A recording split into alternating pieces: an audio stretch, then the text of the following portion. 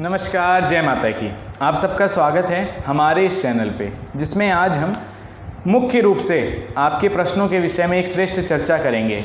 आपने जो भी प्रश्न अपनी जन्म कुंडली से जुड़े हुए, वास्तु से जुड़े हुए, नंबर्स से जुड़े हुए और रोज़मर्रा की ज़िंदगी से जुड़े हुए पूछे हैं, आज उन सभी प्रश्नों का उत्तर अपने ज्ञानानुसार देने का एक श्रेष्ठ और उत्तम प्रयास करूँगा।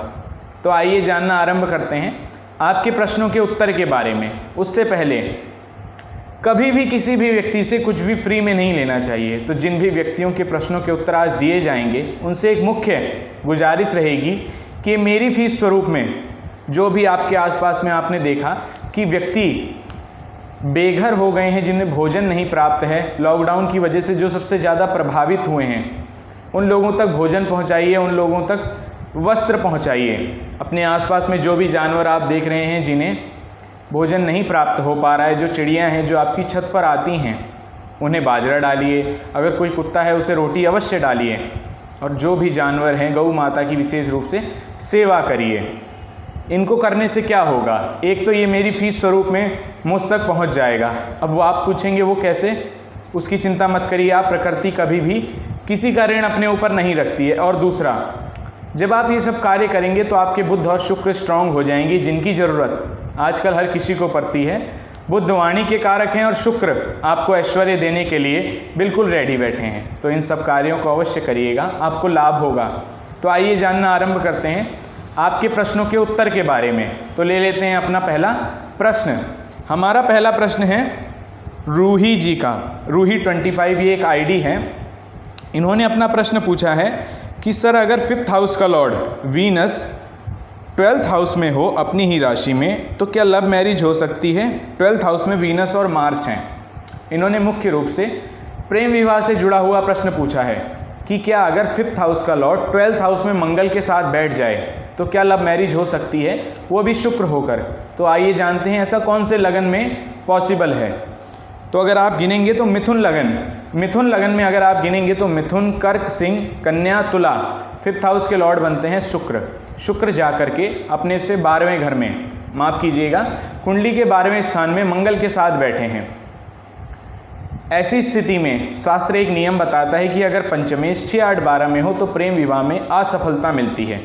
ये शास्त्र का एक सटीक और प्रमाणित नियम है। अब किस समय प्रेम विवाह में सफलता मिल सकती है? देखिए, अगर आप प्रेम विवाह करना चाहते हैं तो एक मुख्य ध्यान हमेशा रखिएगा, बिना कुंडली मिलाए कभी भी ऐसा मत करिएगा, क्योंकि उस समय केवल आप प्रेम में हैं, इसीलिए आप इतना बड़ा फैसला ले रहे हैं।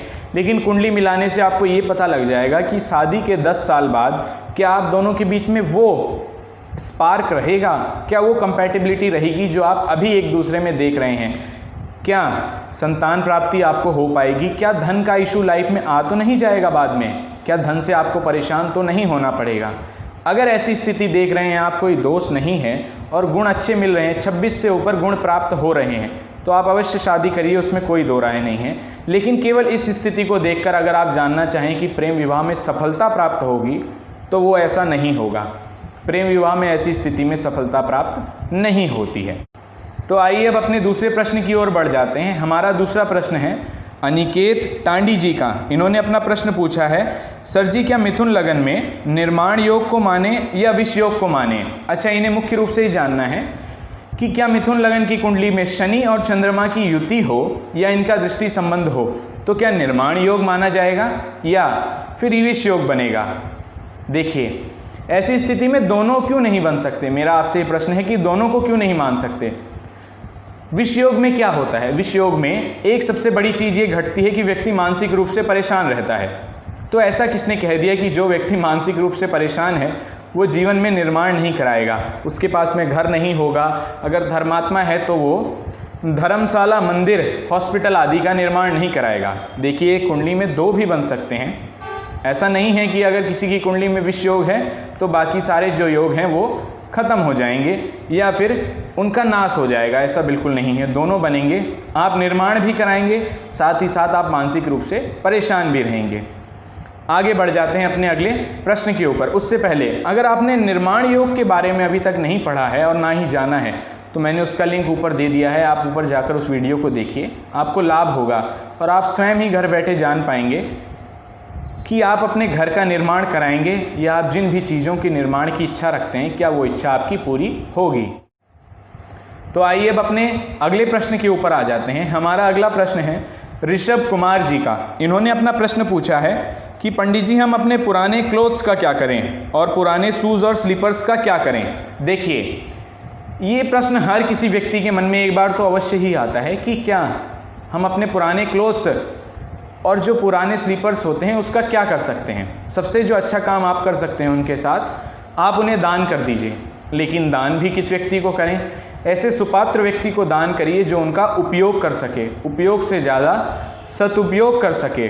अब सदुपयोग कैसे कर सकते हैं, वो अपने बच्चों को उन कपड़ों को पहनाए या उसका कुछ ऐसी चीज़ में उपयोग करे जिससे उसके जीवन को एक नई राह प्रदान हो और आपका भी जो दान है वो सार्थक हो पाए। अब आपने किसी ऐसे व्यक्ति को वो दे दिया जिसने बाद में जा कर के उसकी शराब पी ली, तो इससे आपको प्रॉफिट तो होने से रहा, उल्टा आपको नुकसान और हो जाएगा। एक मुख्य बात और मैं आपसे कहना चाहूँगा कि अगर कुंडली में सप्तम भाव में गुरु हों तो ऐसे व्यक्ति को भी अपने वस्त्र नहीं दान करने चाहिए। ऐसे व्यक्ति को अगर आप वस्त्र दान करते रहेंगे तो आपका जो वैवाहिक जीवन है उसमें दिक्कतें अवश्य आती हैं। ये मैंने ऑब्जर्वेशन है, आप भी इस चीज़ को ऑब्जर्व करके देख सकते हैं। और दूसरा, किसी की कुंडली में 12वां शनि हो तो ऐसे व्यक्ति को भी चप्पलों का दान नहीं करना चाहिए। अब ऐसी स्थिति में क्या करें, देखिए, अगर आपके घर में भी पुराने कपड़े हैं और आप भी दान करना चाहते हैं चप्पलों का या कपड़ों का, और स्थिति भी यही बन रही है कि 12वें भाव में शनि स्थित हैं और सप्तम में बैठे हैं गुरुदेव, तो ऐसी स्थिति में आप ये कर सकते हैं कि आप उसको वस्त्र दे दीजिए, बदले में उससे 1 रुपये ले लीजिए, केवल 1 रुपये ही लीजिएगा। इससे जो ग्रह हैं उनका प्रभाव भी बिल्कुल ठीक रहेगा और जो आपके मन की इच्छा है, जो सुपात्र को जो चीज़ प्राप्त होनी चाहिए वो भी उसे प्राप्त हो जाएगी। चप्पलों के बदले में भी आप ऐसा कर सकते हैं, इससे आपको नुकसान नहीं पहुंचेगा। तो आप इस तरह से इसको कर सकते हैं, लेकिन दान अवश्य करिए। दान से केवल बहुत ही कम स्थितियों में नुकसान होता है, अन्यथा दान से कभी भी किसी को किसी भी प्रकार का नुकसान नहीं होता है। तो मैंने आपको दोनों विधाओं से इस चीज़ को समझा दिया। बाकी स्थितियों में आप नॉर्मली दान कर सकते हैं, कुछ भी लेने की आवश्यकता नहीं है। लेकिन अगर सप्तम में गुरु, 12वें भाव में शनि बैठे हैं, ऐसी कई स्थितियां शुक्र के लिए, मंगल के लिए भी होती हैं, वो हम कभी और चर्चित करेंगे। आज केवल इन 2 को ले लेते हैं। तो ऐसी स्थिति में आप जिसको भी दे रहे हैं उससे 1 रुपये अवश्य ले लें, इससे जो उसका बुरा असर है वो आप पर नहीं पड़ेगा। तो आइए अब बढ़ जाते हैं अपने अगले प्रश्न के ऊपर। हमारा अगला प्रश्न है संजीव पंचोली जी का। इन्होंने अपना प्रश्न अलवर राजस्थान से हमें भेजा है। इन्होंने पूछा है कि पत्नी की हेल्थ के बारे में कुछ बताएं, और इन्होंने डेट ऑफ बर्थ भेजी है 10/11/75, 1:35 PM, Alwar Rajasthan birth place. तो आइए आप और हम मिलकर इनकी पत्नी की हेल्थ में सुधार हो, इससे जुड़ी हुई कुछ विशेष उपाय इन्हें बताते हैं। सबसे पहले इनकी कुंडली देखते हैं। आइए, इनकी कुंडली बनती है, कुंभ लगन की इनकी कुंडली बनती है और लग्नेश जाकर के 6ठे भाव में कर्क राशि में बैठे हुए हैं, और इस समय इनको चल रही है शनि की महादशा, जिसमें शनि का ही अंतर चल रहा है। और दूसरी स्थिति को ले लेते हैं, इनकी कुंडली में चंद्रमा जो हैं वो भी पीड़ित हो रखे हैं, शनि की दृष्टि उन पर पड़ रही है। जो चंद्रमा हैं वो 12वें भाव में स्थित हैं। ये 2 ही स्थिति काफ़ी होती हैं किसी व्यक्ति को बीमार करने के लिए। देखिए, अब हम केवल इनके उपाय के ऊपर चले जाते हैं जिनसे इनकी हेल्थ में सुधार हो। आप सबसे पहले क्या कर सकते हैं कि शनि के वहाँ पे अगर कोई सुयोग्य ब्राह्मण हो, सुयोग्य पात्र हो, तो ऐसे व्यक्ति से शनि के मंत्रों का जाप कराइए। शनि के मंत्र, बीज मंत्र का 23,000 की मात्रा में जाप कराइए और उसके बाद उसका हवन कराइए। संकल्प लेकर इस पूरी प्रक्रिया को कराइए, इससे आपकी पत्नी की सेहत में सुधार अवश्य होगा। और दूसरा, अगर आप ये नहीं करा सकते हैं तो दूसरे उपाय पर आ जाते हैं। आप एक जो मुख्य कार्य कर सकते हैं, 8 रुद्राभिषेक अवश्य कराइए। अब तो श्राद्ध आ गए हैं, श्राद्धों में तो ये कार्य नहीं हो सकता है, उसके बाद नवरात्रों में भी अधिक मास रहेगा। अब जैसे ही आप इस चीज़ में फ्री हो पाते हैं, जैसे ही ये सारी प्रक्रियाएं पूर्ण हो जाती हैं और शुक्ल पक्ष आता है जब ये सब कार्य हो सकते हैं, तो आप इस कार्य को अवश्य ही करा लीजिए। 8 रुद्राभिषेक कराइए। तब तक 1 मुट्ठी काले तिल 1 लोटे में डालकर अपनी पत्नी से भगवान भोलेनाथ पर चढ़वाना आरंभ कर दीजिए। 8 शनिवार इस उपाय को आपको करना है, इससे आपको लाभ अवश्य पहुँचेगा। आपकी पत्नी की सेहत में भी इससे आराम होगा। तो आइए अब अपने अगले प्रश्न के ऊपर बढ़ जाते हैं। हमारा अगला प्रश्न है गरिमा पाठक जी का। इन्होंने अपना प्रश्न हमें आजमगढ़ यूपी से भेजा है। आइए पहले इनकी डेट ऑफ बर्थ नोट कर लेते हैं और फिर इनकी जन्म कुंडली का अध्ययन करते हैं। इनकी जो डेट ऑफ बर्थ है वो है 4/6/2001 और जो जन्म समय बनता है वो 11:15 PM, आजमगढ़ यूपी। इनका जो मुख्य रूप से प्रश्न है कि मैं IPS अधिकारी बनना चाहती हूँ, मैं मेहनत भी करूँगी, क्या मेरी कुंडली में अधिकारी बनने के योग हैं, क्या मेरा भाग्य मेरा साथ देगा और उसे बलवान करने के लिए मैं कौन से मुख्य उपाय कर सकती हूँ। तो आइए जानते हैं इनकी जन्म कुंडली के अध्ययन से क्या इनकी कुंडली में अधिकारी बनने के योग बन रहे हैं। आइए, जो इनकी जन्म कुंडली बनती है वो है मकर लगन की और लग्नेश इनकी कुंडली में पंचम भाव में बैठे हैं और इस समय जो इनका लगन का मान है 29 डिग्री 51 मिनट और 35 सेकंड। लगन इनका बाल अवस्था में है। इनको जो इस समय महादशा चल रही है वो है बुध में बुध का अंतर। बुध इनकी कुंडली में षष्ठेश और भाग्येश बनते हैं और इस लगन में कारक भी होते हैं। अब आ जाते हैं इनके मुख्य प्रश्न के ऊपर कि क्या ये अधिकारी बन पाएंगी, वो भी IPS के लिए इन्होंने पूछा है मुख्य रूप से। देखिए, अगर IAS का सवाल हो तो आपको सूर्य को देखना है, लेकिन जब भी मिलिट्री का, आर्मी से जुड़ा हुआ, पुलिस से जुड़ा हुआ, IPS से जुड़ा हुआ जो भी प्रश्न होगा उसके लिए आपको मंगल को मुख्य रूप से देखना होगा। और इनकी कुंडली में मंगल चतुर्थेश और एकादशेश होकर के 12वें भाव में केतु के साथ स्थित हैं धनु राशि में। अब ऐसी स्थिति में क्या होता है, देखिए शनि आपकी कुंडली में पंचम में स्थित हैं जो आपसे मेहनत डबल कराएंगे। आप जो भी कार्य को करना चाहती हैं, जिस भी क्षेत्र में जाना चाहती हैं, आप IPS के क्षेत्र में जाना चाहती हैं, तो जो व्यक्ति को थोड़ी सी मेहनत करने पे अचीव हो जाएगा उसके लिए आपको डबल मेहनत करनी पड़ेगी। ये शनि का मुख्य स्वभाव है और पंचम में बैठकर वो आपको कराएंगे भी ऐसा ही। अब आपका जो मुख्य सवाल, जी आप IPS अधिकारी अवश्य बन सकती हैं, आपको केवल मेहनत की आवश्यकता है। आप जितनी अधिक मेहनत करेंगी आपको उतना लाभ पहुंचेगा। आपकी कुंडली से जो प्रोफेशन बनते हैं, आइए अब देखते हैं। सूर्य, चंद्र और लगन में सबसे ज़्यादा जो बलवान है वो है सूर्य। सूर्य से 10 घर अगर आप आगे जाएंगे तो आप देखेंगे जो राशि बनती है वो बनती है शनि की राशि, कुंभ राशि। अब शनि जहाँ पे स्थित हैं वो है मंगल का घर, शनि मेष राशि में स्थित हैं, तो आपकी कुंडली से जो कार्य क्षेत्र बनता है वो भी मंगल से जुड़ा हुआ है और आपका जो ड्रीम है वो भी मंगल से जुड़ा हुआ है। तो आपकी कुंडली आपका सपोर्ट करने के लिए पूरा तैयार बैठी है। अब इसको बलवान करने के लिए आप क्या कर सकते हैं, क्योंकि आपका जो लगन है वो कमज़ोर है, वो बाल अवस्था का है।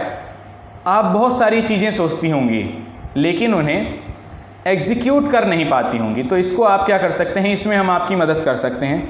क्या करिए, सबसे पहले तो बुध की आपको महादशा चालू हो गई है। अपने भाग्य को बल देने के लिए भगवान गणेश की आराधना करना शुरू कर दीजिए। बुधवार के बुधवार 5 लड्डू भगवान गणेश को चढ़ाएं। लगातार 5 बुधवार ऐसा करिए। ओम गंग गणपतये नमः, ओम गंग गणपतये नमः, इस मंत्र का डेली 108 बार जाप करना आरंभ कर दीजिए। और दूसरा, जो सबसे अच्छी चीज़ आप कर सकते हैं अपने व्यक्तित्व को बलवान करने के लिए, आप 7.25 रत्ती का एक नीली धारण कर लीजिए। नीलम इस समय धारण करना थोड़ा महंगा रहता है, तो आप उसका उपरत्न जो होता है शनि का, आप नीली धारण कर सकते हैं, इससे भी आपको लाभ होगा। हनुमान चालीसा का नित्य पाठ करना आरंभ कर दीजिए। ये आपके मन में कैलिबर को ग्रो करता रहेगा, जो कि बहुत ज़रूरी होता है, क्योंकि जो ये डिफेंस से जुड़ी हुई जितनी भी जॉब्स होती हैं इसमें कैलिबर बहुत ज़रूरी होता है, क्योंकि कैलिबर के बिना आप इन क्षेत्रों में सर्वाइव नहीं कर सकते।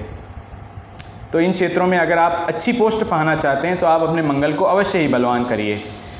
ये केवल गरिमा पाठक जी के लिए नहीं है, और जो भी लोग आर्मी में जाना चाहते हैं, अधिकारी बनना चाहते हैं, IPS पुलिस वगैरह में जाना चाहते हैं, तो आप अपने मंगल को बलवान करने के लिए हनुमान जी की नित्य आराधना करना आरंभ कर दीजिए। उससे आपको लाभ अवश्य पहुंचेगा। तो ये थे हमारे कुछ मुख्य सवालों के जवाब। जिन भी जातकों के प्रश्न आज नहीं लिए गए हैं वो चिंतित ना हो, अपने प्रश्न आप अगली वीडियो में दीजिए। आपके प्रश्नों का उत्तर अगली वीडियो में लिया जाएगा। तब तक के लिए बने रहें हमारे साथ। हमारे इस चैनल पे ऐसे ही विषयों की जानकारी आपको प्राप्त होती रहेगी। जय माता की। Subscribe now and press the bell icon. Never miss an update.